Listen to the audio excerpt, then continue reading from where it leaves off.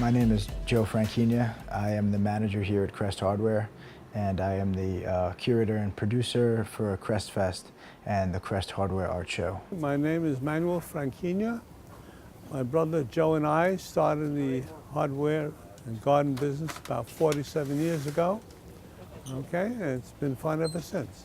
And since I've graduated school, I came on full-time here to help run the shop with him.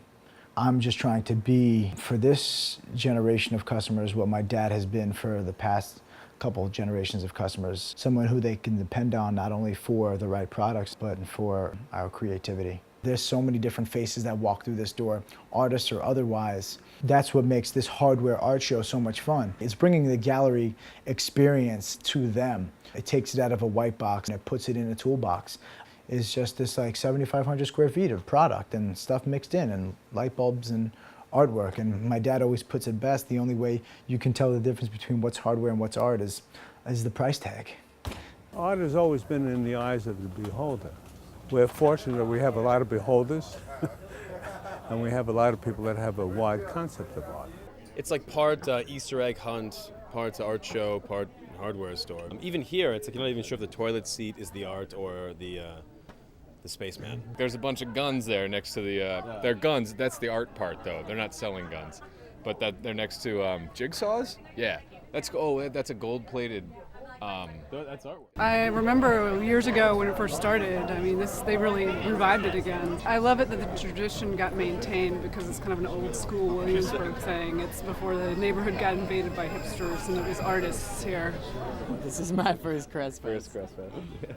It started in 1994 with Gene Poole just wanting a little bit of window space and then seeing that he can get it from my father. And then the second year he had the whole window. By the third year he had the whole store. I always enjoyed it. I always just thought it was like this just weird type of hardware Christmas. It had a really successful run from 94 through 99. So to have the ability to bring it back like I did last year, I just wanted to make sure that I did it justice and as best I could take it to that next level.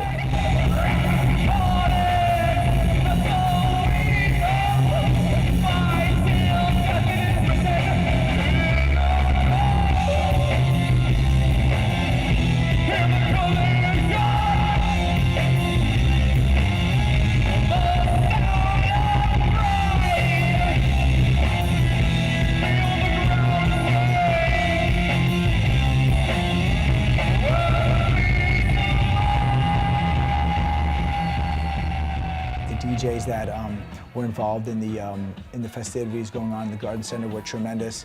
The bands and DJs that were involved in the show in Macri Park were incredible too. I mean, we had food, we had all different types of barbecue here and barbecue in the park as well. So I figured with the turnout that we had last year, why not turn it into some type of benefit? Mike Graves was nice enough to fly in from Denver, and he did personalized Crest Fest tote bags, and all proceeds from that were obviously donated to the Macri Park Fund as well. It's been fantastic, and I think that this year he totally blew me away. The fact that proceeds go to Macri Park, there's over 100 pieces of art in this store, and I don't think any hardware store I know of incorporates art and hardware like this. I'm amazed. I'm totally amazed with everything. These are two of my favorite pieces, paintings by Hayes. He's a good friend and an even more incredible artist. These crazy paintbrushes by Mr. Imagination. Right up in the paintbrush section, very fitting. Pete Langway did these industrial swabs made with a steel wool. This is Jeff Rawlings, Round the Way Girls. I kind of love the title too. And it's actually all made with expansion foam, which is also sold here in aisle 1. Pretty tight. Well, basically art begins with hardware, whether it be a nail, a screw, or a hammer, or a chisel. All the fundamental tools that you use in art, even paintbrushes, come from a local hardware store, we hope. You go into Home Depot and you ask for help and nobody knows what the hell they're talking about. You just come in here and you got an idea, and they know what you need. They know how to help you. Tell you how to get it done. The DNA of a lot of these people's work are the nuts and bolts. That's really the charm of the whole thing. It's not so much the product used, it's the inspiration behind what they're creating. They've got the materials you need, and they also have the community you appreciate while shopping for your work. So it's paper, and I pour this magic fluid in there, and then the crystals start growing, and the colors change, and becomes this sort of magical garden. This is life as a work in progress. It's an abstraction of a Buddha. It's more about the idea of the shape as a symbol, which is why Buddha has no face. I am in the cleaning supply area, and perhaps you could just figure out which piece is the sexy duster. It tickles too. I took apart a feather duster for the handle, and this is New York Times home delivery bags. This is a unique opportunity for artists to think about their art in a different way.